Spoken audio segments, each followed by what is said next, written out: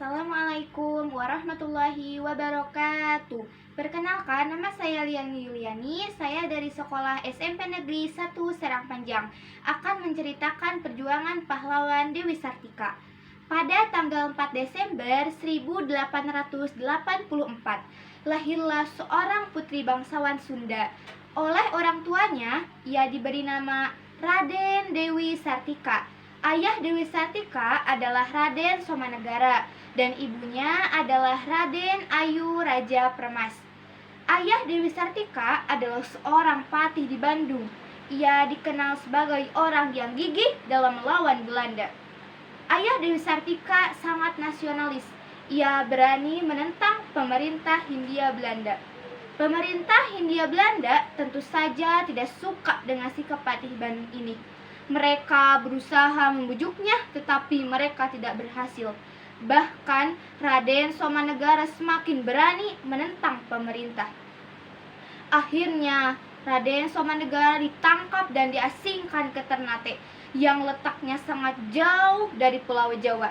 Di pengasingan ia didampingi oleh istrinya, sedangkan Dewi Sartika tidak diajak karena masih terlalu kecil. Dewi Sartika tidak tahu kapan ia bisa berjumpa lagi dengan orang tuanya. Dewi Sartika dititipkan pada pamannya Patih Arya yang tinggal di Cicalengka. Perihalalah anakku baik-baik. Bekalilah ia dengan pendidikan agama dan rasa cinta tanah air, dan rasa cinta terhadap bangsanya yang menderita. Demikian pesan Raden Somanegara pada Patih Arya sebelum pergi. Dalam asuhan pamannya, Dewi Sartika mendapatkan pendidikan sekolah rakyat. Pada masa itu, sekolah dasar disebut sekolah rakyat. Dewi Sartika tidak pernah melihat ayahnya lagi, karena Raden Somanegara meninggal di pengasingan. Sepeninggal suaminya, Ibu Dewi Sartika kembali ke rumah orang tuanya. Saat itu usia Dewi Sartika sudah remaja. Mendengar kabar ibunya ada di Bandung, Dewi Sartika pun menyusul ke kota kembang itu. Di kota yang dikenal dengan sebutan Paris Panjapa ini, Dewi Sartika bermimpi ingin melanjutkan sekolah dan bercita-cita ingin mendirikan sekolah untuk anak perempuan, baik itu dari kalangan bangsawan maupun dari rakyat biasa. Dewi Sartika mengutarakan keinginannya untuk mendirikan sekolah. Saya ingin mendirikan sekolah untuk anak perempuan, karena selama ini hanya orang seperti kita yang bisa sekolah. Kalau setiap perempuan berpendidikan, mereka bisa mendidik anaknya lebih baik dan sehat. Ia juga bisa mengatur keuangan keluarga dan menjadi keluarga yang membanggakan, tutur Dewi Sartika. Untunglah kakeknya R.A.A. Martanegara dan orang Belanda yang bernama Den Hamer, inspektur kantor pengajaran, bersedia membantu Dewi Sartika. Maka pada tanggal 16 Januari 1904 dibukalah sekolahnya yang pertama, yaitu sekolah istri. Sekolah istri berarti sekolah untuk anak perempuan. Sekolah itu hanya berupa ruangan dalam pekarangan di kabupaten. Muridnya pun hanya 20 orang. Namun itu merupakan tonggak sejarah pendidikan di tanah Priangan. Pelajaran di sekolah istri diantaranya yaitu dasar-dasar menghitung, membaca, menulis, dan pengetahuan agama. Untuk menyempurnakan sekolahnya, Dewi Sartika tak segan-segan meminta nasihat dari sekolah Astana Anyar yang sudah lama berdiri. Makin lama, makin banyak orang tua yang ingin menyekolahkan anaknya ke sekolah istri. Cita-cita Dewi Sartika diketahui dalam karangannya yang berjudul The Islandse Pro atau Perempuan Bumi Putra. Setiap anak harus cager-bager, istilah bahasa Sunda yang artinya harus sehat rohani, jasmani, dan berkelakuan baik. Pada tahun 1906, saat itu usia Dewi Sartika 22 tahun. Ada seorang guru yang meminangnya. Dewi Sartika pun menikah dengan Raden Kanduruan Agah Suryawinata. Pada tahun 1910, pemerintah Hindia Belanda memberikan gedung sekolah baru yang letaknya di Jalan Cugiriang, yang saat ini berganti nama menjadi Jalan Dewi Sartika.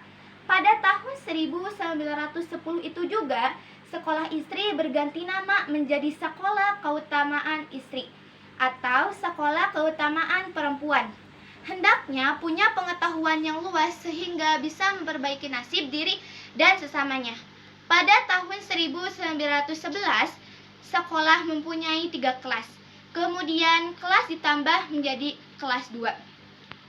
Pemerintah Hindia Belanda pun merasa hormat melihat perjuangan Dewi Sartika.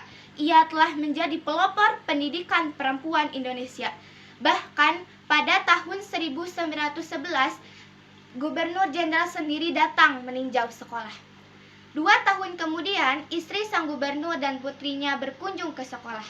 Atas jasa-jasanya, Dewi Sartika mendapatkan penghargaan dari pemerintah Belanda. Tak mengherankan kalau cabang-cabang sekolah keutamaan istri dibuka di berbagai kota di Jawa Barat.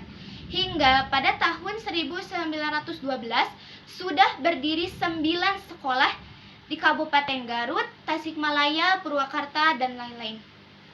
Jumlah sekolah itu hanya separuh dari seluruh sekolah yang ada di tanah Pasundan. Tahun 1914 meletus Perang Dunia I. Sekolah yang dikelola Dewi Sartika pun itu sangat menyulitkan.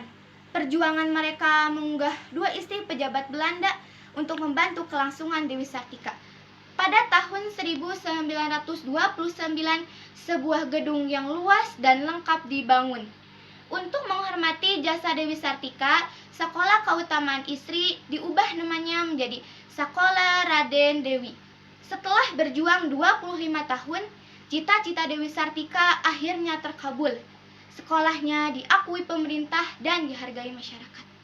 Ada acara yang secara tetap diadakan tiap tahun ajaran baru, yaitu pesta perpisahan bagi murid yang baru lulus. Pesta itu berlangsung setiap tanggal 14 Juli dan pada perayaan sekolah yang ke-35 tahun.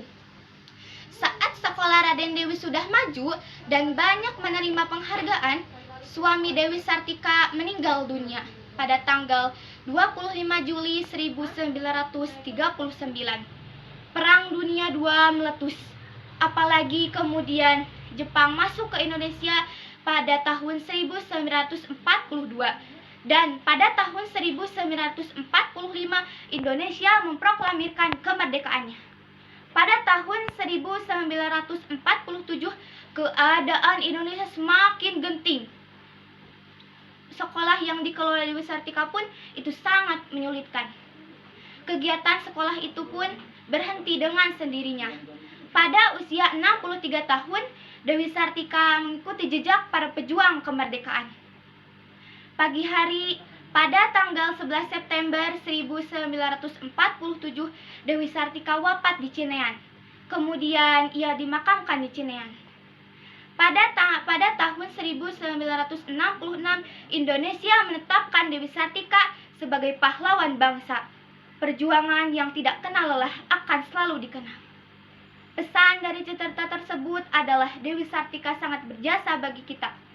Berkat perjuangannya, kita bisa melihat orang-orang Indonesia mencapai cita-citanya. Demikian dari saya. Mohon maaf apabila ada kesalahan. Wabillahi taufiq wal hidayah. Wassalamualaikum warahmatullahi wabarakatuh.